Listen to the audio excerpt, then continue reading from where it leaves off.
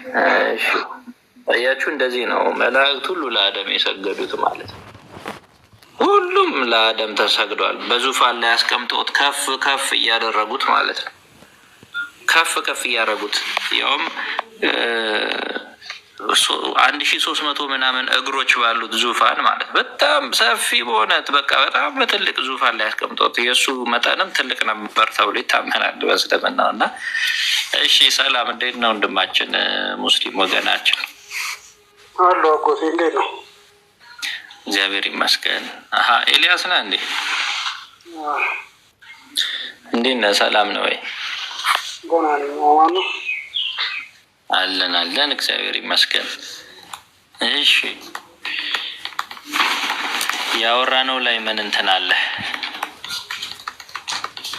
አይ ወደ መጨረሻ ላይ የሰማሁት ነገር ነው ያለው ላይ ለእኛን ታዲያ መላእክት ሰግድ ለምድር በፍጡር የምትሰግዱ ትሉናላችሁ፣ ለቅዱሳን ስንሰግድ እንደዚህ ለምን ትሉናላችሁ? እና አደም ስገድ ከተባለ የአክብሮት ከተባለ የእሱ ስግደት የኛ ለምንድን ነው የአክብሮት ብለን ስንል የአክብሮት ነው ብላችሁ ለምንድን ነው የማትረዱት የሚል ጥያቄ ስጠይቅ ነው የሰማሁት። አዎ በቃ እንደዛ ተረዱት ባጭሩ።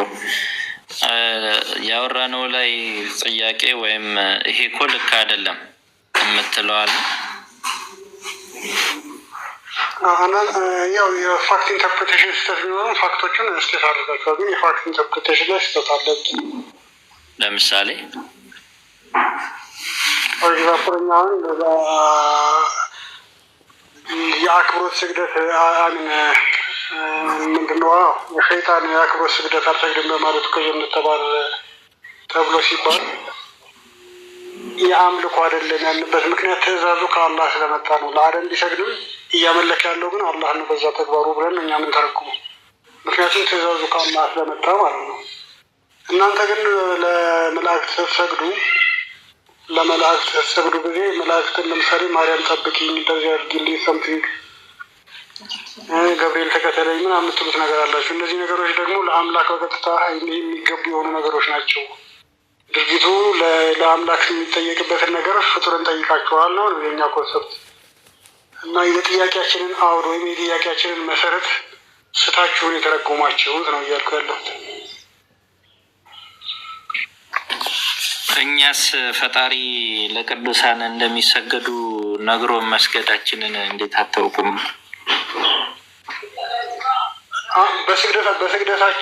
በስግደታችሁ የምታደርጉትን ድርጊት እኮ ነው። ላይክ ለምሳሌ ማርያምን እንደዚህ ነገር አድርጊልኝ ብላችሁ ከለመናችሁ ልመና የሚገባው ለአላህ ብቻ ነው። ልመናን መስጠት የሚችለው ልመናን መመለስ የሚችለው ለአላህ ብቻ ከሆነ መሐመድን ስለምን ምልጃውን ይጠይቁታል? መጨረሻ ላይ መቼ እኛ ምልጃ እንጠይቃለን እንዴ? ነብዩ አንዴ መሐመድ እኮ ኋላ ላይ አማላጃችሁ እኮ ነው ሆኖ የሚገኘው የሚቀርበው። እንጠይቀዋለን ወይ ነው አሁን ተኮስሽን? እኛ እንጠይቀዋለን ወይ ምልጃው? አዎ መሐመድ ይጠየቃል። አሳይህ እንዴት እንደሚጠየቅ አሳይ። እኛ ነብዩ መሐመድን አንጠይቃቸው፣ ሞተዋል ብለን ነው የምናምነው። ወይዘው ወይ አይደለም በእርዛህ ላይ ብቻ አይደለም የምናወራ። ከዛ በኋላ አይጠየቅም፣ ይጠይቃል። በምጽአት ጊዜ በአሂራ ጊዜ በእንትን ባን ነው የሚትሉት በቂያማ ጊዜ እሳቸውን አሁን በምድር ላይ ስንኖር የእሳቸውን ምልጃ እንዲሰጠን አላህን ነው የምንጠይቀው። ራሱን አላህ ጥያቄ ወደ አላህ ነው የሚሄደው ነው። እሺ ቆይ አንተ አሁን መሐመድን ማለት ነው ለምሳሌ ብታገኘው ሞቶ ባይሆን ማለት ነው። አሁን በእናንተ ሞቶ ነው ያለው፣ በቃ ተኝቷል። አሁን አደምስ ተኝቷል። ለምሳሌ የሰው ልጅ በአጠቃላይ ሞቷል። የሞተው ሞቷል። አደም ከሞተ ሞተ ስትሉ እናንተ በቃ ህይወት ላይ አይደለም ተኝቷል ነው አይደል? አሸልቧል ኮርስ። አዎ በነፍሱም አሸልቧል ነው። በነፍሱ ማለት ነፍስና ሩህ በአላህ እጅ ነው። ሩህ ወደ ቦታዋ ትመለሳለች ነው ነው። በህይወት መኖር ብሎ ማለት የነፍስና የስጋ ውህደት የሚሰጠው ትርጉም ነው። ያው ማለት በህይወት መኖር ማለት በደንብ እንዲገባህ ብዬ ነው። ነፍስ የት ነው የምትሄደው? ወደ አምላኳ ነው። የት ነው? የምትሄደው? ኤግዛክት ስፍራውን አላውቅም ማለት እርግጠኛ ሆኜ መናገር ስለማልችል አላውራው እሱ።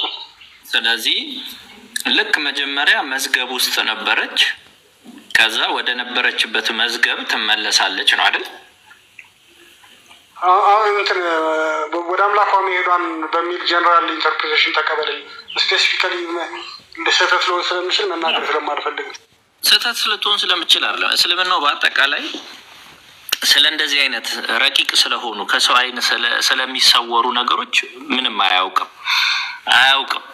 የሰማው ነገር ከሌለ ምንም አያውቅም። ከክርስትናው የተማረው የሆነ ትምህርት ከሌለ በስተቀር እስልምናው ስለ ነፍስ ምንም አያውቅም።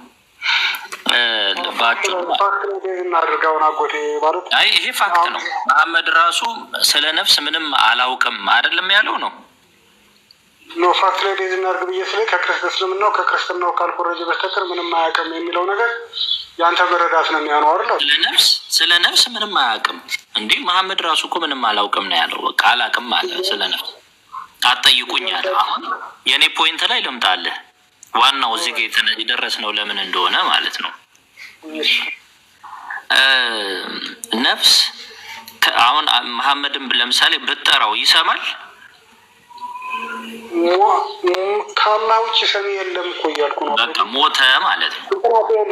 ስፔሲፊክ አታርገው። ከአላህ ውጭ የሚሰማ የለም ብያምናለሁ። አይደለም ወይ? ከሞተ ይሰማል? ከሞተ አሁን ይሰማል?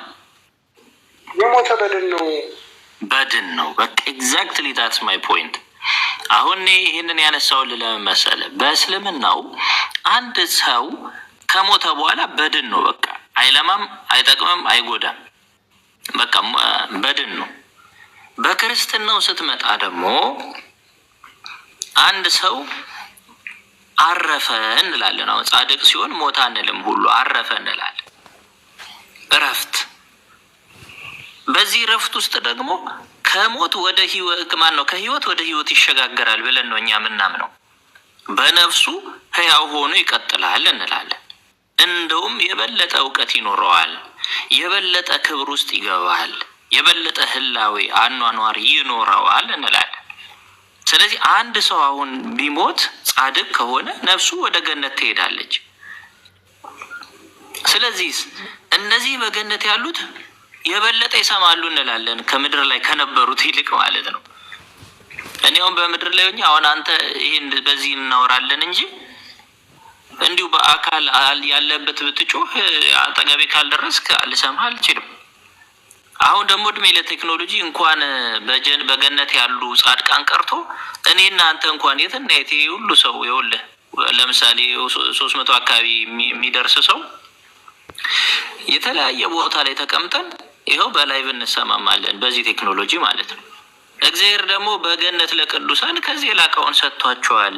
በመጽሐፍ ቅዱስ አብርሃም በምድር ያሉትን ያውቅ ነበረ፣ ይሰማ ነበረ። ነቢያትና ሙሴ እንደነበሩ ሁሉ ያውቃል። ትምህርታቸውንም ያውቅ ነበር። አየህ፣ ማወቅን ያውቅ ነበር። ያው እንደ ሐዲስ ኪዳኑ ባይሆንም ማለት ነው። እና በዚህ ጸጋ ነበረ። በሐዲስ ኪዳኑ የበለጠ ጸጋ ተሰጥቷል።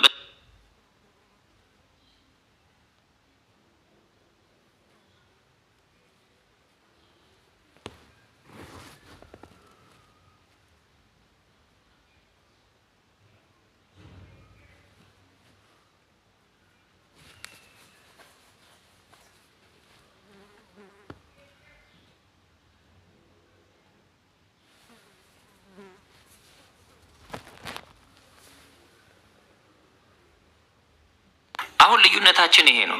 እኛ ይሰማሉ እንላለን፣ እናንተ አይሰሙም ትላላችሁ ማለት ነው። እኛ በህይወት አሉ እንላለን፣ እናንተ ደግሞ በድን ናቸው ትላላችሁ። አየህ፣ ይሄ ነው ልዩነቱ። ስለዚህ ለሚሰማ አካል መናገር ምንድን ነው ጥፋቱ? ጥፋቱ ምንድን ነው? ለሚሰማ አካል መናገር፣ ለማይሰማ አካል መናገርማ ትክክል አይደለም። እኛ እኮ ለሚሰሙን ቅዱሳን ነው የምንናገረው። አሁን ይሄን እንዳልኩህ ያዝና በይዘው ለእነሱ መስገድን ተገቢ የማያደርገው እኮ መስማት መቻል አለመቻላቸው አይደለም። ባይዘው ማወቅ አሁን አንተ ግራውንድ እኮ ስታይ ነው አሁን እየተረጎምክ ያለው። መስማት ስለቻሉ ለእነሱ መሰገድ አለበት። መስማት ስለቻሉ ለእነሱ መለመን አለበት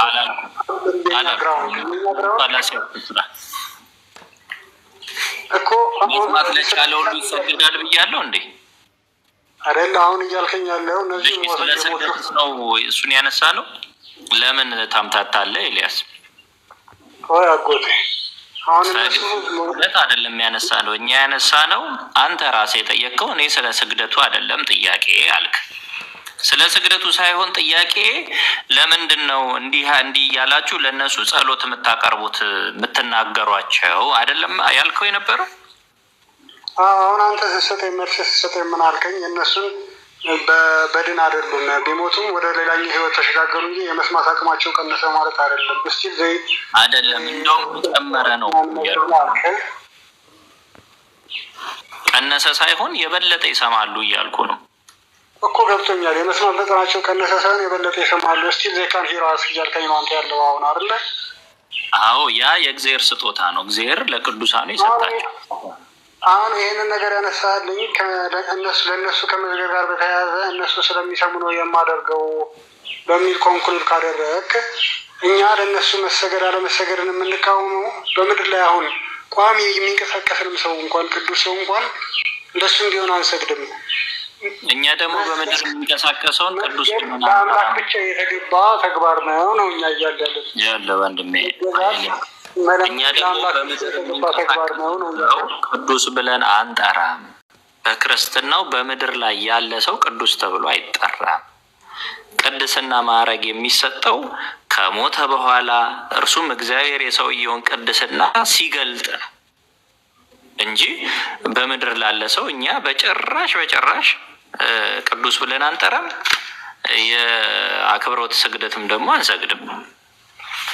እንደዚህ እንደ የአክብሮት ስልህ ይሄ ለቅዱሳኑ የምንሰጠውን ማለት ነው እንጂ ለምሳሌ አንተን ሳገኝ ጎንበስ ብዬ ሰላም ልልህ እችላለሁ። ግን ግራውንዳችሁ ምንድን ነው? ሰው ሁሉ ሰው ክቡር ሆኖ ስለተፈጠረ እግዚአብሔር ክቡር አድርጎ ስለፈጠረው ማለት ነው። አየህ ግራውንዳችሁ ምንድን ነው? ለቅዱሳን ለመዝገብ ሃይማኖታዊ ግራውንዳችሁ ምንድን ነው? እሱ ላይ እንመጣለን። ቀድመን አንድ ነገር እናውራ። ያነሳኸው ነጥብን እንዝጋውና ለምሳሌ ያችኛዋን በአጭሩ ልጥቀስልና እመጣለሁኝ የምንመለስበታለን። ለምሳሌ ለሽማግሌዎች፣ ለአዛውንት፣ ለሃይማኖት አባቶች ጉልበታቸውን ብንስም ሰገድንላቸው አመለክናቸው ማለት ነው አይደለም። በቃ ይሄ ከአክብሮት አንጻር ትላልቆችን ስለማክበር ሰውን አሁን ለሰው አንተ ስታለፍ ጎንበስ ብዬ ሰላም ብልህ እንዲህ ከአንገቴ ትንሽ ዝቅ አድርጌ ሰላም ብልህ እያከበርኩህ ነው ሰው ስለሆንክ እንጂ እያመለኩ እንዳልሆነ ግልጽ ነው። አሁን ወደ አንተ ፖይንት ስንመለስ ስለማይሰሙ በድን ስለሆኑ በእናንተ በእስልምናው ለምን ብለን እናናግራቸዋለን አልክ። እኔ አሁን በድን ናቸው የሚለው አስተሳሰብ ትክክል ነው ብዬ አላሰብም። እስልምና ስለማይገልጸው አንተ አሁን በድን ስለመሆናቸው አንድ ማስረጃ አምጣልኝ ብለህ አታመጣልኝም። እኔ ግን ለምሳሌ ራሱ መሐመድ ከተረከው ሀዲሶች ተነስቼ በሰማይ ሲሄዱ ኢሳን፣ ሙሳን፣ አደምን ወዘተ ሲያገኛቸው በህይወት እንደውም እያወራቸው ሁሉ ነው የሚያሳየው አይደለም። በህልሙም ቢሆን ማለት ነው እያወራቸው ነው። ህልሙ ደግሞ እውነተኛ ተብሎ ነው የሚወሰደው የመሐመድ የነብይህ ማለት ነው። አደም እያወራ ነበር ይላል። ታዲያ በድን ከሆኑ ከየት ነው የት ነው የሚያወሩት? ኤልያስ እስቲ መልስልኝ።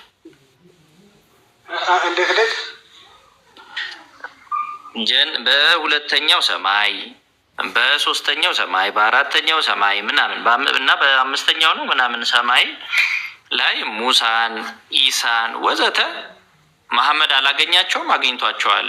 በህልሙ መሰረት አግኝቷቸዋል። አላወራቸውም? አውርቷቸዋል። አውርቷቸዋል። እዛ ይኖሩ ነበር አላለም ብሏል። አሁንም ህልሙ ላይ ነው ያለነው አይደል? ታዲያ ህልሙ ውሸት ነው እንዴ? ህልሙ ውሸት ነው ማለት እውነት ነው አይደል? ህልሙ ህልም ነው። ህልም መሆኑ እውነት ነው። ያው ህልም የመሆኑ እውነት አይ እንደ ራእይ አይደለም እውነት ተብሎ አይደለም የሚወሰደው እኮ መልእክቱ ነው። በውስጡ ምንድነው ሊተላለፍ የፈለገው መልእክት ነው። እንደገና ደግሞ እነዛን አካላት እውነት ነው አይደለም? እውነት ነው አይደለም? አሁን እኔ በዚህ ግራውንድ ታደርግ የፈለግከው እነዛ በህይወት አሉ ያወራሉ። ብዙ ነገር አለ እኮ እችላለሁ ኤልያስዬ። ይኸውልህ አሁን ብዙ ሀዲሶች ባመጣልህ እነዚህ ሁሉ ሀዲሶች የሚያስረዱት ከሞቱ በኋላ አሁን በእስልምናው ነቢያት በድን ናቸው ትላላችሁ፣ አይሰሙም አይለሙም ትላላችሁ እናንተ። ሀዲሶቹ ደግሞ እንደሚናገሩ፣ እንደሚደሰቱ፣ እንደሚያዝኑ፣ እንደሚያወሩ ይናገራል። እንደውም ጭራሽ ሁሉ መጀመሪያ ለሙስሊሞች የታዘዘው 50 ስግደት ነበር አይደለም? በቀን በአንድ ቀን ውስጥ ከዛ እስከ 5 ድረስ ያደረሰው ሙሳ መሆኑን ደግሞ ታያለ። ሙሳ ኧረ ይበዛባችኋል እያለ ማለት ነው። ይህን ሁሉ ተነጋግረው እስኪ ያስቀንሱ እንዲህ ሂውመር ምን የምትለው ሁሉ እኮ አለ። ሞቱ ካልክ በድን ናቸው አይለሙም አይጠቅሙም ካልክ እንዴት ነው ህይወት ኖሯቸው በሀዲስ የሚዘገበው? ወንድምዬ አሁን አንድ ነገር አጎት የተረዳኝ አሁን ከኛ ገይብያት ማለት ከኛ የተደበቁ ነገሮች በተደበቁ ታሪኮች እና በእምነት በምንቀበላቸው ታሪኮች በማናያቸው ታሪኮች ስንነጋገር የአምላክ ፈቃድ አምላክ አደረገው በሚል ነው የምንረዳው እንጂ እነዛ ሰዎች አሁን ሞት ተብሎ ሲባል ምን ማለት ነው? አሁን አጎቴ አንድ ሰው ሞተ ብሎ ማለት መኖር አቆመ ማለት ነው አይደለ? መኖር አቆመ ብሎ ማለት መስማት፣ እነዚህ መዳሰስ፣ እነዚህ 5 የስሜት ሕዋሳቶቹ እነዚህ የስሜት ሕዋሳቶቹን መጠቀም አቆመ ማለት አይደል? እንደ ሊትራሊ ትርጉሙ ራሱ ሞት እንደዛ አይደለም እንዴ? ወይ አሁን እኮ የሞትን ዴፊኒሽን ራሱ እያዛባችሁብኝ ነው በእናንተ አተረጓጎም አይደለም። ሞት ማለት የስሜቱ ሕዋሳት መቆም ማለት ነው። ስለዚህ አንድ ሰው ኮማ ውስጥ ካለ ሞተ ማለት ነው። ኮማ ውስጥ ነው፣ ራሱን አያውቅም ነው እኮ። ታዲያ የስሜት ሕዋሳቶቹም አይሰሩም። ለምሳሌ ፓራላይዝድ ቢሆን አንድ ሰው ሙሉ ፓራላይዝ የሚባል ሰው አለ አይደለም? ፉል ፓራላይዝ ቢሆን አይደለም አንተ ዴፊኒሽን አለመኖር ነው አይደለ? ታዲያ በህይወት አለመኖር ምን ማለት ነው? በህይወት አለመኖር ማለት በህይወት በመኖር የምታደርገው ነገር የምታደርገው ነገር ማቆም ማለት ነው አይደል? አይደለም። ይኸውልህ እሱ አንዱ ፓኬጅ ነው። አሁን ለምሳሌ እንደው አንድ ነገር ምሳሌ ብጠቅስልህ፣ ለምሳሌ አንድ ሰው ተዝናና ብትል መዝናናት ማለት እኮ በቃ መዝናናት ማለት መብላት ማለት ነው ትላለህ እንዴ? አትልም። አንዱ ፓኬጅ ነው እሱ አንዱ ፓኬጅ ነው። አሁን የስሜት አታቋርጠኝ። አንድ ሰው ፉሊ ፓራላይዝድ ቢሆን ሙሉ ሰውነቱ አካሉ ፓራላይዝድ ቢሆን ሞት አትለውም፣ ፓራላይዝድ ሆነ ነው የምትለው። ስለዚህ የስሜት ሕዋሳት መቆም ሞት ተብሎ 100% አይተረጎምም። ይልቅ ምንድን ነው የምታደርገው? ቆይ ወንድምዬ አንዴ፣ ሞት ማለት የስጋ የነፍስ ከስጋ መለየት ነው። በቃ አለቀ ሀላስ ገባ። ስለዚህ ሰው አይሞትም ገና አጎት እንደዛ ሰው አይሞትም ማለት ነው የምንረዳው። ነፍስ ከስጋ አትለይም አይደለም። እኔ መሞት ማለት የሚገባኝ ነገር መኖር ማቆም ነው በቃ ማለት ወደ አፈርነና ወደ አፈር ትመለሳለህ እንደተባለው ነው በቃ ማለት። ታዲያ ስጋ ነፍስ ወደ አፈር ትመለሳለች እንዴ? ሞት በተቃራኒ ነው አይደለም? ይኸውልህ በጣም የሚገርም ነገር ልንገርህ ኤልያስዬ። አሁን የክርስትናው ትምህርት ስለማይገባችሁ ነው አሁን ክርስቶስ በሞተ ጊዜ ምናምን የምትሉት። መለኮቱንም ረስታችሁ ነፍስም ሕያዊነቷን ረስታችሁ የነፍስ ከስጋ መለየት መሆኗን ራሱ አትረዱትም ብዙ ጊዜ ሙስሊሞች። እና ሁለታችን መካከል ያለውን ሰፊ ጋፕ ልንገርህ። በዛው አሁን ያንተ አስተሳሰብ ምን ያህል ከእስልምናውም ጋር እንደሚጋጭ ላሳይ። አሁን በክርስትናው አንድ ነፍስ ከነፍስ ትወለዳለች፣ በቃ አለቀ። የሆነ ቦታ ተፈጥራ ተቀምጣ ከዛ ወደ ሰውየው ተልካ ከስጋው ጋር ተዋህዳ አይደለም የሚወለደው። በቃ ነፍስ ከነፍስ ይወለዳል። አለቀ። የተፈጠረው አንድ ሰው ነው። ያ ሰው እየተዋለደ ይቀጥላል። ሲሞትስ አንድ ሰው ሲያርፍ በቃ ያቺ ነፍሱ ከስጋው ትለያለች። ከዛ ወደ ገነት የሚሄደው ወደ ገነት ይሄዳል፣ ወደ ሲኦል የሚሄደው ወደ ሲኦል ይሄዳል። አለቀ።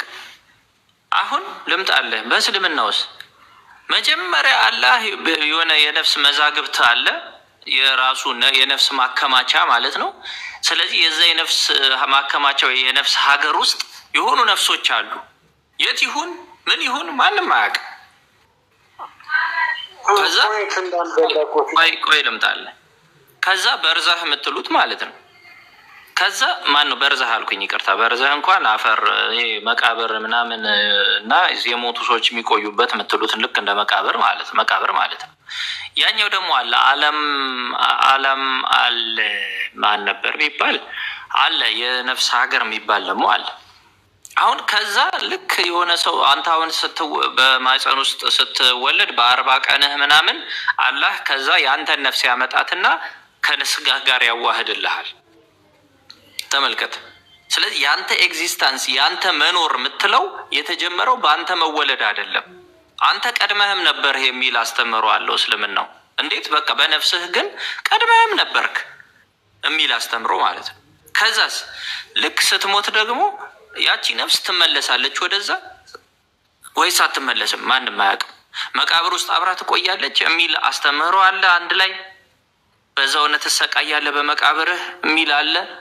እንደገና ደግሞ ትመለሳለች በድነታች ይቆያል የሚል አለ። የተስማማ አስተምሮ አይደለም ያለው። አሁን ከአንተ የራስህ ሀሳብ እንኳን ከእስልምና ጋር እንዴት እንደሚጋጭ ያልኩ ለምንድን ነው? በቃ አንድ ሰው ሲሞት ሞተ፣ በቃ የለም ማለት ነው አልክ። እስልምናህ የሚነግርህ ግን ምንድን ነው? ያንተ መኖር ከበፊት ጀምሮ እንደነበር ስትወለድ ራሱ አይደለም አንተ ያለው ገና ከበፊትም ነበርክ ብሎ የሚነግርህ እስልምናህ ነው።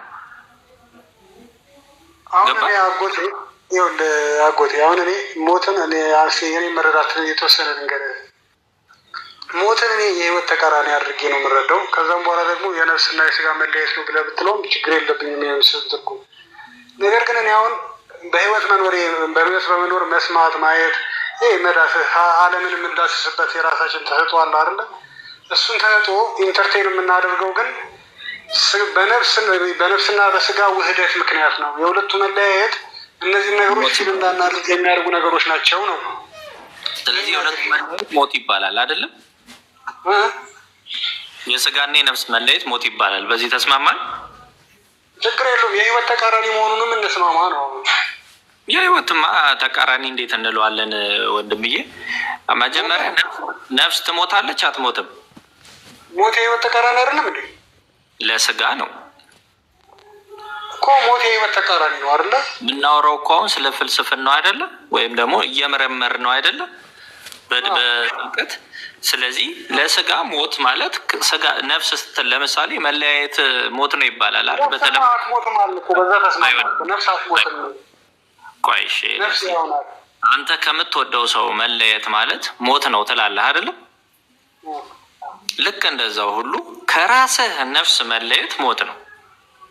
ስለዚህ ለስጋ ሞቷ ነው፣ እውነት ነው። ለነፍስስ ነፍስ አትሞትም። ነፍስ ማሻር ለችላል እኮ በዚህ ተስማማ። ለነፍስ ግን እረፍቷ ነው። አየህ፣ እረፍቷ ነው። በተለይ ደግሞ የገነት ከሆነች ወይም ደግሞ ጻድቅ ነፍስ ከሆነች እግዚአብሔር በቸርነቱ የማራት ነፍስ ከሆነች ደግሞ ለእሷ ተድላ ደስታ ነው። እንደውም የበለጠው ህይወት ነው። አየህ፣ ስለዚህ አሁን ወደ አንተ እንምጣና የ10 ነጥብ አለች። እዚህ ድረስም የደረስ ነው ወደዛች ፖይንት ለመመለስ ነው እና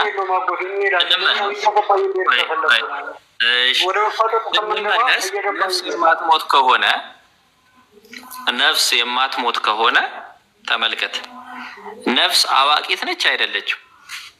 ምንድናት? ታውቃለች? ነፍስ አዋቂ ነች አይደለችም? አሁን ይሄን ነገር እንዴት እንደምረዳው አላውቅም። አሁን ግን እኔ ነፍስን እንዴት እንደምረዳው ብነግርህ አይችልም። በራስህ ሳይንስ ዝም ብለህ መልስልኝ። ነፍስ ታውቃለች አታውቅም? እኔ ማወቅ የሚባለውን ነገር በህይወት መኖርን የሚጠይቅ ከሆነ በስጋ ውህደት ነው ማወቅ የሚባለው ነገር የሚኖረው የሚል እንትን አለ። ስጋ ነው የሚያውቀው፣ ነፍስ ነች የምታውቀው። የሰው ልጅ ከሞተ በኋላ ሲቀሰቀስ ነፍስ ራሱ አሚሪ አንዴ ይጨርስና ይቅርታ ወንድማችን፣ በተራ በተራ ስለሆነ የምናወራው አንዴ ይጨርስና እኔ አሁን ነፍስ ታውቃለች፣ ነፍስ እንትናን ስራዋን ታውቃለች ተብሎ ሲባል እኔ የምረዳው አንተ ነፍስ በራሷ ብቻዋን የማወቅም ፓወር ያላት የመስማት የእንትን የማድረግ እንደዚህ አይነት ፓወር ያላት ብቻዋን ወዘተ ብዬ አልጠቀስኩም። አሁን ወሬያችን ምንድን ነው? ነፍስ አዋቂት ነች አይደለችም? ስጋ ነች አዋቂ? ነፍስ ያውቃል አያውቅም ማለት ነው? ነፍስን ያውቃል አያውቅም እያልከኝ ነው? ነፍስ ታውቃለች አታውቅም? እውቀት ገንዘቧ ነው አይደለም? ማወቅ ትችላለች አትችልም?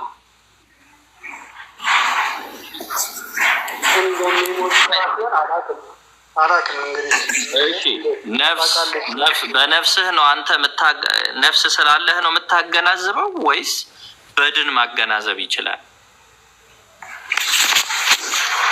ማገናዘብ የሚባለው ነገር ኤግዚስት የሚያደርገው በሁለቱ ውህደት ነው እንጂ ለብቻው አይደለም። አንዱ ተነጥሎ ብቻውን የራሱን ማገናዘብ የሚባለው ህልውና አይኖረውም ነው እያልኩ ያለሁት።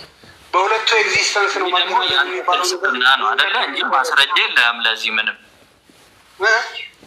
ያንተ ፍልስፍና ነው ያንተ የግል ፍልስፍና እንጂ ለዚህ ምንም ማስረጃ የለህም አይደል?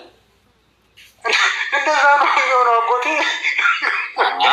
መሐመድ ራሱ መሐመድ ነብይ መሐመድ ራሱ አላቀውም ያለውን ነገር አንተ ገብተህ አሁን አይ እንዲህ ነች የሚል ድምዳሜ እየሰጠህ ነው። አንተ ራስህ እየጠየቅኩ ያለሁት ምን መሰለህ? በኤልያስ መሐመድ ራሱ አያውቀውም እኮ። አሁን አንተን የምጠይቅ ምን መሰለህ? እኔ እየጠየቅኩ ያለሁት ከግል ምልከታህ ማንም ሰው መረዳት የሚችለው ነው። ስለዚህ አንድ ነፍስ ስትሞት አሁን በቃ እንደውም ተወውና ክርስትናው ላይ እናተኩር። ክርስትናው ላይ ስለዚህ እኛ ነፍስ ስትሞት አዋቂት ነች ብለን እናምናለን። እስልምና ላይ ደግሞ እናተኩር። እስልምና ላይ ስንመጣ ደግሞ ሀዲስህ በስነ ስርዓት ሙሳና አደም ሲከራከሩ ሁሉ ያሳያል። የሚከራከር ሰው እንዲህ ነው ብሎ የሚያሸንፍ ሰው የሚያውቅ ሰው ነው የማያውቅ ሰው ነው? ታዲያ ሙሳና አደም እንዴት ነው ከስጋቸው ተለይተው ማሰብ የቻሉት? ኤልያስዬ ከራስ አስተምሮ ጋር እኮ እየተጋጨ ነው ያለ። እኔ እሱን የምረዳው አንተ እንዳልከው ይሄ ማለት ነፍስ ኤግዚስት አድርጋ ማውራት የምትችል ብቻዋን መስማት የምትችል ኢንቲቲ አድርጌ አይደለም ማስባት። አሁን ይሄ ገይብያት ነው፣ እንዴት እንደሆነ አላውቀውም ከጀርባ ያለውን ነገር። ግን ነፍስ የምትባለው ነገር እነዚህ አንተ ማገናዘብ፣ ማውራት፣ መስማት፣ ማውራት ምናምን የሚባሉትን ነገር ብቻዋን ኢንተርቴን ማድረግ ትችላለች ብዬ አስቤ አላውቅም። እነዚህ ነገሮች ኢንተርቴን የሚደረጉት በስጋ ውስጥ ከስጋ ጋር ባላቸው ውህደት ነው የሚል አንደርስታንዲንግ ነው ያለኝ እኔ አሁን። አሁን እኮ ከአንተ ጋር እናቆምና ቆይ ሌላ ምክንያቱም አንተ አሁን ምንም ያሉትንም እየተቀበልካቸው ስላልሆነ ናገባ ኮልሚ መሐመድ የሚል ልጅ እና አሚሪን አናግረው። አሚሪ በተራ ነው ማወራው። ሰላም እንኳን ደህና መጣህ ኢኖክ። ሰላም ብያለሁ። እንዴት አላችሁ ወንድሞች? ሰላም ብያችኋለሁ። ብነ ሐኪም ማማይ ጓ ስማችሁ ለመጥራት ከባድ ነው ቃል። ሰላም ብያችኋለሁ። ሁላችሁንም እየሰማን ነው፣ እየተማረ ነው። እሺ ቴንክ ዩ ሶ ማች። ጓዬ ቀጥል። እሺ ሰላም ለእናንተ ይሁን ብያለሁ። እግዚአብሔር ይመስገን ደህና ነኝ። በተራ አውሩ፣ አትረባበሹ። እሺ ሙስሊሞች ጣልቃ አትግቡ። እንደዛ ይሁን። ቀጥሉ መምህር። እሺ እቺን ላወራውና ሀሳቧን እንትን ብለን ወደ እናንተ እናልፋለን። አሚሪ ሰላም ብለናል ወንድማችን። ባይዘይ ቆስጤም ክርስቶፎሮስም ደህና ናቸው፣ ሁለቱም ደህና ናቸው። በቅርብ ክርስቶፎር ላይቭ ላይ አይቻችኋለሁ። ኮኒ ደግሞ ደህና ነው ያለው። አታስቡ ክርስቲያኖች፣ በጸሎት አስቧቸው። መምህር ሮስም በቅርብ አይቻችኋለሁ። በጸሎት አስቧቸው። እሺ አሚሪ ሰላም፣ እንዴት ነህ? ሰላም በለን። ሙስሊሞች ሰላም አለይኩም። ያው ክርስቲያኖች እንዴት ናችሁ? ነፍስ ያውቃል ነፍስ ታውቃለች በሚለው ነገር ያው የሰው ልጅ አያውቅም። የሰው ልጅ ከተወለደ በኋላ ፈጣሪው ነው ሁሉ ነገር የሚያውቀው። እሱ ራሱ ማወቅ አይችልም። አሁን ስላለፈው ነገር ነው። አቤት። እሺ ነጥቡ ላይ እሺ ወንድማችን፣ ነጥባችን ገብተዋል። እያወራንበት ያለ ነው ምንድን ነው? ነፍስ አዋቂት ነች አይደለችም? ወይም ደግሞ ነፍስ አሁን በእስልምና አንድ ነፍስ ከሞተች በኋላ ወይም ከስጋዋ ከተለየች በኋላ በህይወት አለች ወይስ የለችም? ከሞተች በኋላ በህይወት አለች። ስጋው ብቻ ነው ለብቻው የሚሆነው። ስጋና ነፍስ ይነጣጠላል እንጂ አንድ ላይ አይሆኑም። ስጋው ለብቻ ይሆናል፣ ነፍሱ ለብቻ። ነፍሱ ወደ ፈጣሪ ይሄዳል፣ ስጋው ደግሞ ያው ምድር ላይ ይቀራል። ወደ ፈጣሪ ይሄዳል ስንል ወደዛ ቀድሞ ወደ ነበረባት ነው ወይስ አይታወቅም? የሰው ልጅ መጀመሪያ ሲሞት ያው ነፍሱ ከስጋ ይለያል ነው። መጀመሪያ ነፍሱ ወደ አምላኩ ትሄዳለች ነው፣ አላህ ጋር ትሄዳለች። ከዛ ያው ስጋው ደግሞ መሬት ይቀመጣል ማለት ነው። ስለዚህ ነፍስ አንተ አዋቂ ነች ብለሃል። ያንተ ጥሩ ነው፣ አዋቂ ነች ማለት ጥሩ ነው። አዋቂ ሆና ትሰማለች፣ በህይወት ትኖራለች ወይስ ትተኛለች? አላህ ጋር ትሆናለች ነው። እሷ የውመል ቂያማ ቀን ነው ሁሉም ነገር የሚቀሰቀሰው። ያው ተኝተው ነው ያሉት አሁን ነቢያቱ። እሱን እኔ አላውቅም፣ አላህ ነው የሚያውቀው ስለ ሁሉም ነገር። አንድ አላህ ሐዲስ ነገረ እኮ። ለምንድን ነው እና የእናንተን አለማወቅ ወደ አላህ የምትወስዱት? በሐዲሱ እኮ ሙሳና አደም በሰማይ ሆነው እየኖሩ እንዳሉ የህያ እየኖረ እንዳለ ኢቨን መጥፎና ክፎቹን እያየ ሁሉ አደም እንደሚስቅ እንደሚያዝን ወዘተ እኮ በሐዲሱ በግልጽ ተቀምጧል። ለምንድን ነው የእናንተን አለማወቅ ወደ አላህ የምትወስዱት? ስለ ሁሉ የሚያውቀው ነገር እኮ አላህ ብቻ ነው። ሌላ የሰው ልጅ ምንም ሊያውቅ አይችልም። አሁን ለምሳሌ ከደቂቃ በኋላ ያለው ነገር ማወቅ አይችልም። ወንድምዬ አሁን የትህትናውን ይሄ አሁን ያለ ነው ዳዋ አይደለም፣ እየተወያየን ያለ ነው። እና አሁን አላህ ሐዲስን የሰጣችሁ አላህ አይደለም እንዴ? እናንተ እምነት ቁርአኑ ነው አላህ ያወረደው እንጂ ሐዲሱ የሰው ልጅን የጻፈው። ከዛ በኋላ አላህ አይደለም የሰጣችሁ። ካላህ ቃል እንትን እንዳለ ተጣምሮ ነው ሐዲስ የሚሆነው። ሐዲስና ወንድምዬ እንኳን ሐዲስ ቀርቶ ሰይጣንንም የሰጣችሁ አላህ እኮ ነው። በእስልምናው አስተምሮ ከአላህ ያልሰጠው ነገር አለ እንዴ? አላህ ሁሉንም ፈጥሯል፣ ሰይጣንም ፈጥሯል፣ የሰው ልጅም ፈጥሯል። አላህ ያልሰጠው ነገር አለ? አልገባኝም። አላህ ያልሰጠው ነገር ወይም የማይሰጠው ነገር አለ ወይ? እስቲ ግልጽ አድርግልኝ። እኔ ሊገባኝ አልቻለም። ያልሰጠው ነገር ስትለኝ አልገባኝም። እሺ በአጭሩ ወደ ፖይንታችን እንመለስና ይኸውልህ ዙሪያ ጥምጥም እንዳንሄድ ነው ይሄን የምልህ። አሁን የምጠይቅህ አንድ ነገር ስትል እዛች ላይ ማብራሪያ ልጠይቅህ ስለምችል ቱ ዘ ፖይንት መልስ። እሺ ስለዚህ አሁን ሐዲስ ላይ ሄደህ አደምና ሙሳ እየተነጋገሩ እየተከራከሩ ነበር ይላል። በህይወት ያለ ሰው ነው አይደል የሚከራከረው? አዎ። ስለዚህ በነፍስ እየኖሩ ነው ማለት ነው አይደል? አላህ ጋር ሰማያት ላይ ማለት ነው። አሁን ኢሳ አላህ ጋር ሲባል እኮ ያው ሰማያት ላይ ማለት ነው አይደል? በእስልምናው። አዎ። ስለዚህ ሰማይ ላይ ሆነው አደምና ሙሳ ሲጀመር መቃብር ውስጥ አይደሉም፣ ሰማይ ላይ ናቸው። ሲቀጥል ሰማይ ላይ ሆነው ደግሞ እርስ በርስ ይከራከራሉ፣ ይስቃሉ፣ ያዝናሉ ወዘተ። ስለዚህ በህይወት እየኖሩ ነው ማለት ነው አይደል? ነፍሳቸው ስጋቸው ብቻ ነው መሬት የሚቀመጠው፣ ነፍሳቸው ሁሉ ወደ ሰማይ ነው እኮ። በህይወት እየኖሩ ነው አይደል? አዎ። ግን ስጋቸው መሬት ላይ እንዳለ ሆነ ማለት ነው። ስለዚህ በህይወት እየኖሩ ከሆነ ተመልከተ፣ ኤልያስ አሸልበዋል፣ በቃ ተኝተዋል ምናምን የሚባለው አስተምህሮ አይሰራም ማለት ነው። አሁን እንመለስና እነዚህ ሰዎች አጎቴ እኔን አታነካከኝ። አሁን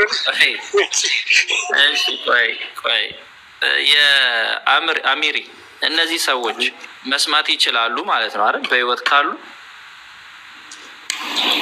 እሱ ሁሉም ነገር የሚያውቀው አላህ ነው። አዎ በቃ አሁን አላህ ነው የሚያውቀው ካልክ ይሄን አልፈልሃለሁ። ለአደም ለምንድን ነው ኢብሊስ የሰገደው? አልሰግድም ብሎ ነው እንትን ያለው። ጎበዝ፣ አልሰገደም። መላእክትስ ለምንድን ነው ለአደም የሰገዱት? አላህ ስለፈጠረው። አላህ ከሰው ልጆች አልቆ ስለፈጠረው ነው። ከሰው ልጆች ሰውን አድርጎ ከአፈር ስለፈጠረው ከዛ በኋላ ያው ኩራት እንዳይሰማቸው ነው የፈጠረው እሱን። ከዛ በኋላ እንዲሰግዱ ደግሞ አዘዛቸው። መላኢካዎች ሰገዱ። ሴጣን ደግሞ አልሰግድም አለ። ለምድረው ስግደት አምልኮ አይደል እንዴ? አይደለም ነው። እሱማ ስግደት አምልኮ ነው። ስግደት አምልኮ ነው። ከአምልኮ ውጭ ትርጉም አለው? እሱማ የለውም። አንድ ፈጣሪ ነው ብለህ የምትገዛውን ማለት ነው። ለአደም የሰገዱት ታዲያ ለምን አላህ ስገዱ አላቸው ለአደም? እሺ አብዱዬ አቡ ሀበሻ ይቅርታ፣ ወደ አንተ መጣለን። እሺ በየተራ እናርገው። እሺ አሚሪ ወንድሜ ይኸውልህ አንድ ጥያቄ ልጠይቅህ፣ አጭር ጥያቄ። አንተ ለፍጡር ስገድ ብልህ ትሰግዳለህ? አልሰግድም። ለፍጡር ስገድ ስልህ አልሰግድም ማለትህ ያስመሰግንሃል ወይስ ያስቀጣሃል? ያስቀጣኛል። ስለዚህ ኢብሊስ መቀጣት ነው ያለበት መመስገን ነው ያለበት? እንደ እስልምናው መቀጣት። ለምን? ለፍጡር አልሰግድም እኮ ነው ያለው። አላህ ስገድ ብሎ ታዘዘው እምቢ አለ። ለፍጡር መስገድ ትክክል ነው? እሱ እኮ አልሰግድም ያለው ፈጣሪ ማለት ነው። አላህ ስገድ ሲለው አልሰግድም አለ። ኮራ እሱ ኮራ። እኔ ለፍጡር ስገድ የሚል ነው ትክክል ወይስ ለፍጡር አልሰግድም የሚል ነው ትክክል? እንደ እስልምና አሁን እኮ ልንገርህ፣ አላህ አዘዘውና አልሰግድም አለ። ግን መላኢካዎች ስገዱ አላቸው። በአላህ ትእዛዝ ሰገዱ። እሱ ነው ኢብሊስ ነው ልቡ እንትን ያለው እንጂ እሱ ኮራ። ጥያቄ እኮ ለፍጡር ስገድ የሚባል ትእዛዝ ነው ትክክል ወይስ ለፍጡር አይሰገድም ያለው ነው ትክክል? አሁን አምልኮ አጎቴ ምን አይነት አቋም ነው? የአላህን ትእዛዝ ትክክል አይደለም ማለት ወይ ነው? ቆይ ኤልያስ አትግባ፣ አንተ ጨርሰሃል እኮ ወንድማችን። እኔ አሁን አላህን ራሱ እኮ ኩዌስችን የማደርግ ሰው ነኝ። እኔ በአላህ አላምንም። እኔ ክርስቲያን ነኝ። እኔ ማምነው በክርስቶስ በኢየሱስ ነው። ክብር ይግባውና ገባህ? አንተ ቤተኛ ነህ፣ ከገባህ ትወርዳለህ። እኔ አይደለም ያስወረድኩ፣ ግን ደግ አደረጉልህ። አትግቡ ጋይስ ፕሊዝ። እኔ ይቅርታ ቆዩ፣ በየተራ እናውራ እያልኩ ነው እያወራኋቸው ያሉት እና ፕሊዝ እንትናቱ ነው ጋጥ ወጣቱ ነው። ኤልያስ ጥሩ ልጅ አልነበርክ እንዴ? እሺ አሁን አክስቴ ከተመለሽ ድምፅሽን ታሰሚናለሽ። ከተመለሽ አሜሪ እኔ እየጠየቅኩ ያለው መሰለህ፣ እኔ በአላህ አላምንም። እኔ ክርስቲያን ነኝ። እኔ የማምነው ክብር ይግባውና በክርስቶስ ነው። እኔ የአንድ አምላክ የስላሴ አማኝ ነኝ። አሁን የሰው ልጅ ሁሉ እኮ የፈጠረው አንድ አላህ ብቻ ነው። ሌላ መፈክር አልፈልግም። መፈክሩን አልፈልገውም። እኔም የሆነ ነገር ብልህ በጣም ነው የሚሰማህ። እኔ ደግሞ በማስረጃ ነው አንስቼ የምናገረው። ስለዚህ ትጎዳለህ። እኔ እየተናገርኩ ያለሁት ምንድን ነው? እኔ በአላህ ስለማላምን አላህ አምላክ ነው ብዬ ስለማላምን አላህ ካለ አለ የሚል ማስረጃ ልሰጠኝ አችልም። ስለዚህ እኔ እየጠየቅኩኝ ያለሁት በተሰጠኝ ህሊና እኔ መቼም ከፈጣሪ እኮ አንሳለሁ አይደል? አንድ ፍጡር ነኝ። የምወዳደርም ከቁጥር ምገባም አይደለም ከፈጣሪ አንጻር። ስለዚህ በእኔ ህሊና ፈጣሪ ትክክል የማይሆን ነገር በፍጡር ደረጃ እንኳን የማይሰራ ነገር ከሰራ ልታዘበው ይችላል፣ ልጠይቀው ይችላል። ስለዚህ አሁን እየጠየቅኩ ያለሁት ምንድን ነው? በእስልምናው በራሱ አስተምህሮ ከአስተምህሮ ጋር ተጋጨብኝ ነው። ምንድን ነው? አይ ለማንም አይሰገድም፣ ማስገድ ማለት ማሻረክ ማለት ነው የሚል አስተምህሮ አለው እስልምና። አሁን ለፍጡር የማይሰገድ ከሆነ ለፍጡር አልሰግድም ያለው ትክክል ነው ማለት ነው አይደለም? ድንገር እሺ አዳምጠኝ። ለፍጡር አልሰግድም ያለው እኮ የፈጣሪን ትእዛዝ ጥሶ ነው። የፈጣሪ ትእዛዝ ለፈተና ነበር አልነበረም? አላህ እነሱ በአደም እንዳይኮሩበት ማለት ነው ስገዱ ያላቸው። የጠየቁ መልስልኝ። ሊፈትናቸው ነው አልነበረም? አላህ ይህን የጠየቃቸው እሱ ስለፈጠረው ስገዱለት አለ፣ ሰገዱለት። ያዘዛቸው ሊፈትናቸው ነው አይደለም? አይደለም። አዎ። እሺ ማስረጃ ባሳየስ ሊፈትናቸው እንደሆነ አሳየኝ። እሺ ማስረጃ እናውጣ። ፖይንቴ በደንብ የገባችሁ ይመስለኛል። አላህ ያዘዛቸው ሊፈትናቸው ነው። ፈተና ከሆነ ደግሞ ተፈታኙ ትክክል የሚለውን ነው የሚያደርገው። ስለዚህ ሌሎቹ መላእክት ሁሉ እንደ እስልምናው ወድቀዋል። ማን ብቻ ነው ትክክል ማለት ነው? ኢብሊስ ብቻ ለፍጡር አልሰግድም ብሎ ፈተናውን ያለፈው እሱ ነው የሚሆነው ማለት ነው፣ እንደ ራሳቸው አስተምሩ። ምክንያቱም ለፈተና እንደሆነ አሁን አውጥቼ ያሳያችኋለሁ። እስከዛ ሀሳብ ካላችሁ ቀጥሉ። ጓዬ ቃል ቀጥሉ። እስከዛ ሀሳብ ካላችሁ ላውጣለት።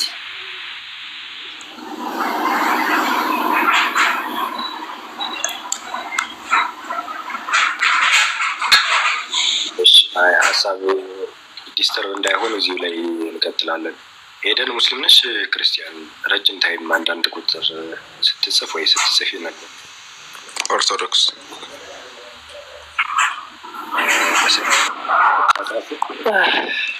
ምናልከኝ?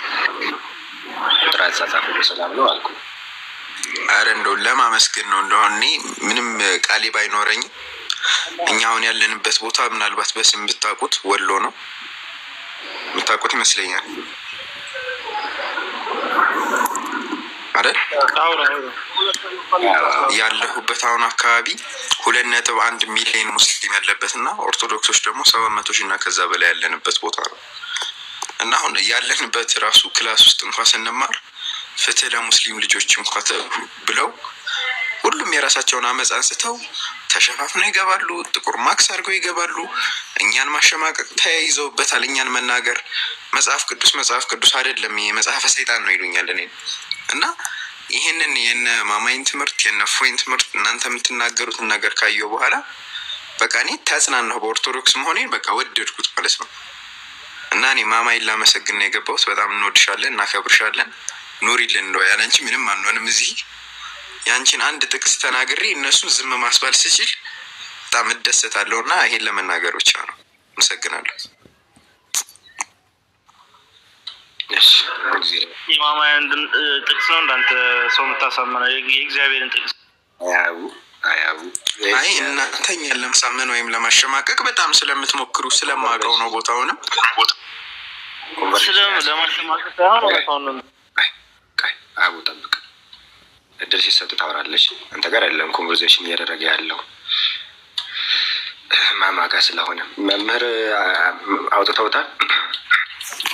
እሺ መልኬ እችኛዋን ፖይንት ጨርሱና ቦታዋን ከተፍሲሩ ላይ ቦታዋን እስካወጣት ነው ጨርሰናል።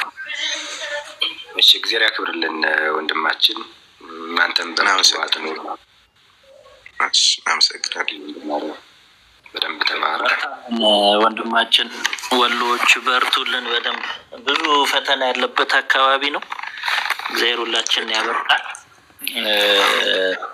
እናንተ ደግሞ ያላችሁበት ቦታ በጣም ብርታት የሚጠይቅ ቦታ ነው እና በርቱ። እናንተ በርትታችሁ ደግሞ ሌላውንም ታበረታላችሁ። እግዚአብሔር ይርዳን ሁላችንንም። በጣም ከባድ ቦታዎች ደግሞ አሉ። ወሎ በጣም ጥቂት ባይዞ 7 ክርስቲያን ያለበት ቦታ ነው። 7 ወር 9 ያለበት ሁሉ አውቃለሁ። በጣም ከባድ ቦታዎች አሉና እግዚአብሔር ይርዳችሁ። በጸሎት እንተሳሰብ ሁላችሁም።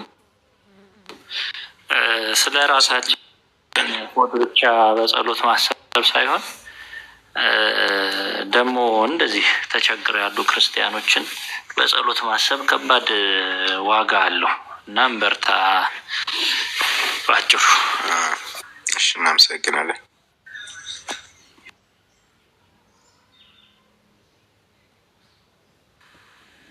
እሺ እንቀጥልና ማውዜን አጥቼው ነው የቆየሁባችሁ። ይቅርታ በጣም ምናልባት እኔ ማውጣት እችላለሁ አስፈላጊ። እሺ ተፍሲሩ ላይ ግን እዚህ ጋር የተፍሲር ደግሞ አስቸጋሪ ነው። እዚህ ጋር ለመባባል ከስ ምናምን ከሆነ ብዬ ነው። ወጦ ከሆነ ኦኬ። አይ እንትን ብዬዋለሁ። ያው ላፕቶፕ ስለሆነ በእንትን ማንቀስ በከርሰር መጠቀም እችላለሁ።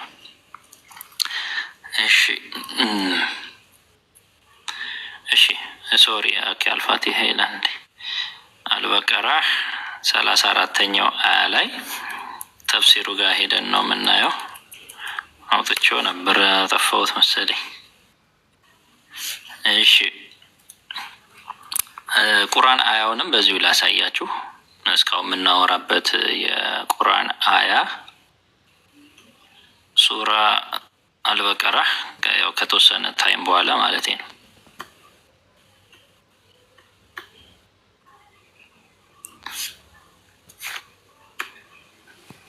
እሺ አንቀጽ 34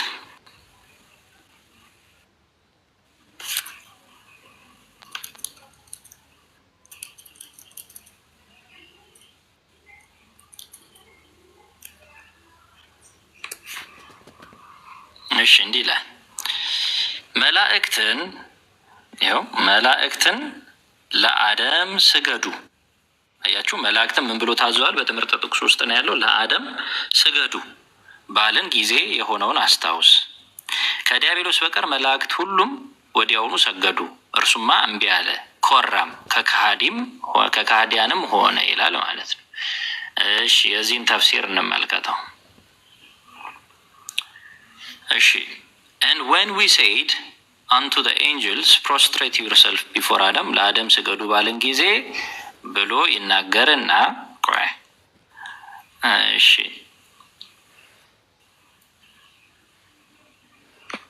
እሺ ለምንድን ነው ይሄን እንትን ያለ ይናል? አንደኛው ቀደም ብሎ የሚያውቅ ስለሆነ አላህ ማን እንዲስት ነው? ሰይጣን እንዲስት ነው ይላል። ተመልከቱ፣ ሰይጣን እንዲስት ነው የመጀመሪያው ፖይንት ማለት ነው። ሁለተኛው ላይ ኒድ ዋናው ፖይንት ምን ፈልገው ጋር እንሂድ። እሺ ሪኖድ ኖወር ኦፍ ደ ሃይደን ኢንተርናል አማርኛው ከተረጎመው ቀይር ያሳያቸዋለሁ። ኢተርናል ኢን ቢዩቲፉል ዱዊንግ ኤንድ ትሬመንደስ ኢን ራንክ ኔቨር ኢግኖራንት ኦፍ ዋት ሂ ኖውስ ኔቨር ሪግሬትፉል ምናምን ይልና she never loss over disapprove of some and makes ugly and he approves for others. He created the despairing Iblis from fire. እሺ እችን ወደ አማርኛ ልተርጉምላችሁ።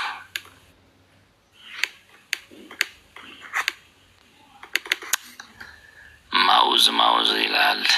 አሁን ማውዝ የግድ ነው፣ አማርኛ ማድረግ አልችልም ያለ ማውዝ ልተርጉመውና ልለፈውሽ።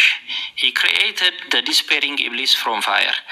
ይሄንን ኢብሊስን ከእሳት ፈጠረው። ከዛስ and he gave him a place in the lot tree በበለስ ዛፍ አካባቢ ቦታ ሰጠው። ሎት ትሪ የሚለው እሱን ነው። ከዛስ of the final end በመጨረሻው አካባቢ ማለት ነው። and send the proximate angels for of the presence to seek knowledge from him ከዛ ደግሞ አብሮት ያሉ መላእክት በቅርብ ርቀት ያሉት መላእክት ደግሞ ከሱ እውቀትን እንዲጠይቁ ወይም እውቀትን እንዲፈልጉ አደረገው። ተመልከቱ በደም ኢብሊስ ምን ያደርግ ነበር? እውቀትን ለመላእክት ይሰጥ ነበር። dispute such distinction and level እንግዲህ ይህን ያህል ክብርና ማዕረግን ሰጠው ማለት ነው። he wrote out the encryption of wretchedness for him ከሱ የጉስቁልናን የተቀረጸበትን ጉስቁልና ጻፈ ይላል። and bound his waist with the sash of the curse ወገቡንም በእርግማን መቀነት አሰረው። he pulled Adam out from dark dust ከአፈር ፈጠረው እያለ ይቀጥልና ከዛ ምን ይለናል? and said to the proximate angels በዙሪያው ላሉት መላእክት ምን በሉ አላቸው? ለአደም ስገዱ አላቸው። ተፍሲሩን ነው እያየን ያለ ነው። ተመልከቱ። ስገዱ አላቸው ለአደም። it has come in the traditions that Adam was placed on a throne አሁን ተመልከቱ በደም አንዳንዱ 700 ይሏል፣ አንዳንዱ 1300 ይሏል። it has come in the tradition በተለመደው ትምህርት ውስጥ ምን የሚል አለ? አደምን ከፈጠረው በኋላ ዙፋን ላይ አስቀመጠው። 700 እግሮች ያሉት ዙፋን ላይ አስቀመጠው። ተመልከቱ 700 legs አንዳንዱ 1300 የሚለው አለ። the distance of one leg to another leg እቺኛውን በደንብ ስሙልኝ። ከአንዱ እግር 700 እግር አልኳችሁ። ስንት እግር? የአደም መንበር ወይም ዙፋን ስንት እግር አለው አልኩኝ? 700 እግር። እኔ አይደለሁም የተናገርኩት። እቺ በጣም ስለምታስገርመኝ ነው። አያችሁት? አስራር ሀሸፍ አልአስራር የሚባለው ነው። አስራር ማለት ነው። እሺ በደንብ ተከታተሉኝ። ስንት አልኩኝ? 700 እግር ያለው ወንበር። ከዛስ ከአንዱ እግር አስተውሉ፣ 700 እግር ከአንዱ እግር አንዱ እግር ለመሄድ 700 ዓመታት ይፈጃል። በደንብ አዳምጡ። ከአንዱ እግር ጋር ለመሄድ ከ700 እግሮቹ ማለት ነው። ከአንዱ እግር ጋር ለመሄድ ስንት ዓመታት ይፈጃል? 700 ዓመታት ይፈጃል። ባይዞይ ቆይተውትና ብቻ መጣላችኋለሁ። የአላህ መገኛ ደግሞ ከዚህ እንኳን አይርቅም። የአደም ዙፋን ምን ያህል ትልቅ እንደሆነ ነው የምታዩት። ከአላህ መገኛ ራሱ ይርቃል። በነገራችን ላይ የአደም የዙፋኑ መቀመጫ ከአንዱ እግር ያለው ርቀት ማለት ነው። ከዛስ the command came ይላል። ይሄ ትእዛዝ መጣ። ኦ ገብርኤል፣ ያው ጅብሪል ለማለት ነው በእነሱ ዝም ብሎ ሲተረጉሙ አውቀው በእኛ ያረጋል እንጂ ኦ ጅብሪል ሆይ፣ ሚካኤል ሆይ፣ you chiefs of angels የመላእክት አለቆች lift up Adam's throne የአደምን ዙፋን ምን በሉ ተሸከሙ። ከዛስ በጀነት ተሸክማችሁ እየዞራችሁ አክብሩት። በዛ ትልቅ ዙፋን ላይ ከተቀመጠ በኋላ ምን በሉት? በጀነት እየዞራችሁ አክብሩት። እመለሳለሁ። ሻሚሪ ታሪኩ ተያይ ስለሆነ ነው ማሳየው።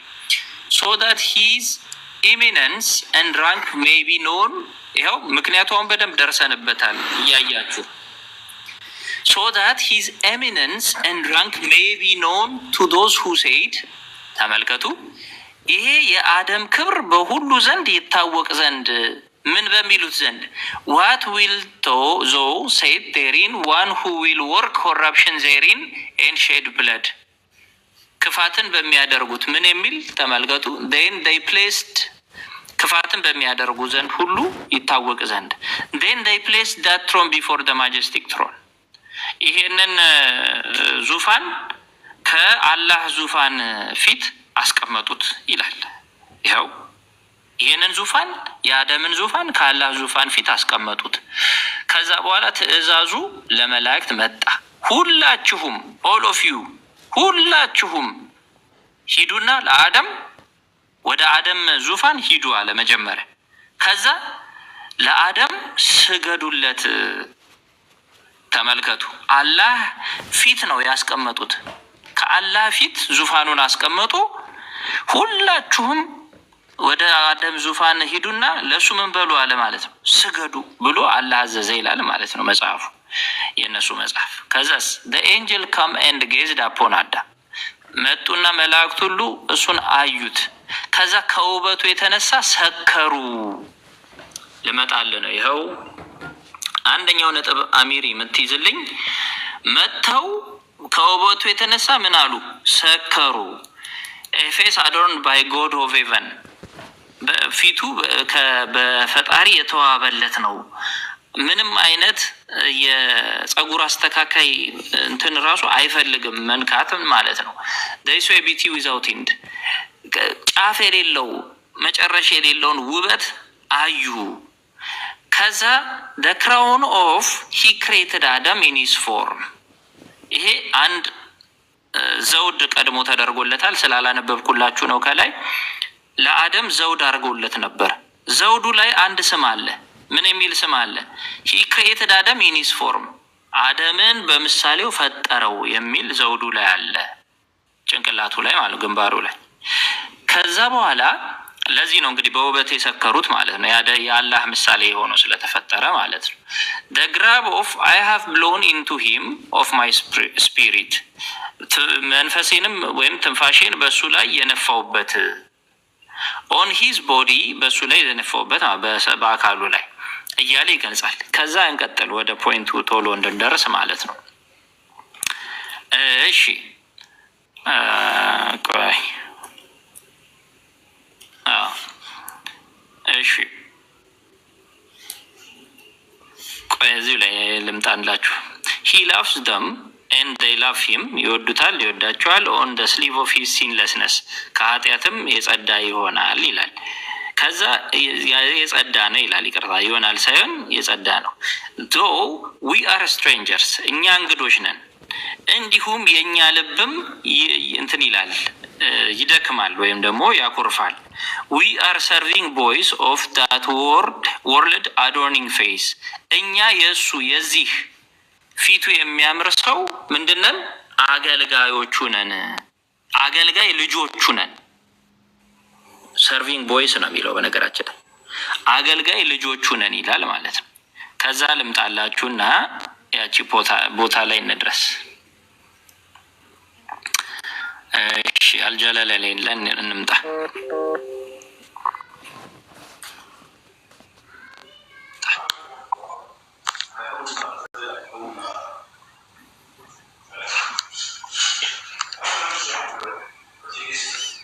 እሺ እችኛንም ይኸው ይኸውልኝ ልክ ከላይ እንዳሳየዋችሁ ምን ይላል? አኮርዲንግ ቱ ጎድስ ኖሌጅ በአላህ እውቀት ምክንያት ምን እንዲሆን ማለት ነው? ዲስቢሊቨር የማያምን መሆኑ ስለታወቀ ነው ይሄንን ያላቸው ይላል። አልጃላ ላይ ነው ይኸው የማያምን ወይም ደግሞ የማይገዛ መሆኑን አላህ ስላወቀ ነው ይሄን ያቀረበላቸው። ሁለተኛ ፖይንት ነው ስናነሳ ላይ አንድ ብዬ ያነሳሁት እንዳትረሳ አሚሪ ኢብን አባስ ምን ብሎ አስቀምጦታል? በአላህ እውቀት መጪውን የሚያውቅ ስለሆነ ከሃዲ መሆኑን ስለሚያውቅ ነው ይሄንን ጥያቄ ያቀረበላቸው የሚል ቀርቧል። እዚህ ጋም ልክ እንደዛው ሁሉ ይሄው ቀርቧል ማለት ነው። አሁንም እንቀጥል። እሺ እሺ አሁንም ተመልከቱ።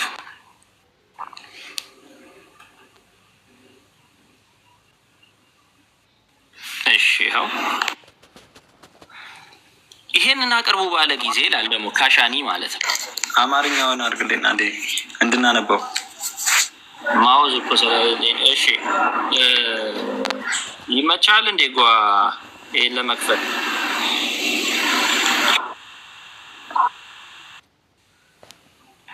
ጓ አለ ወይ ቃልዬ አለ ይመቻችኋል ለመክፈት አለው የትኛውን ዩኒቨርሲቲ ልክፈትልን? ቁርአን ኤክስ ላይ ክፈትልኝና ወደ አማርኛ እንቀይራታለን። በእርግጥ እዚህ ላይም እንትንል ነበር ግን ታይም እንትን እንዳይወስድብን ድጋሚ በአማርኛ እየፈለግን የምንከፍተው። ሱረቱል በቀራ ስንተኛው አያ ነው? 234ኛው ላይ 34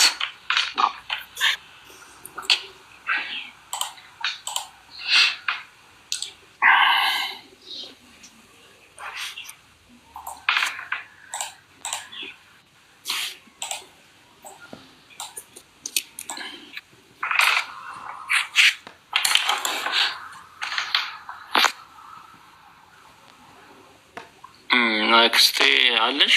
አክስቴዋ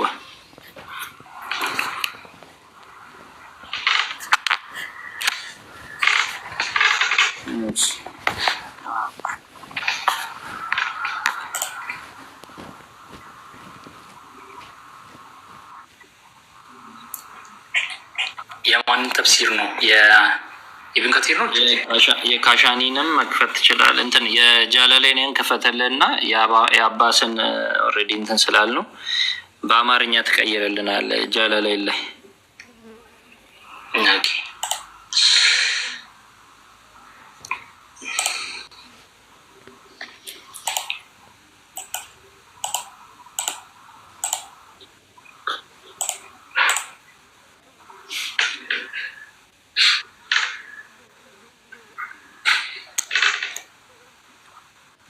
የጃለሌን።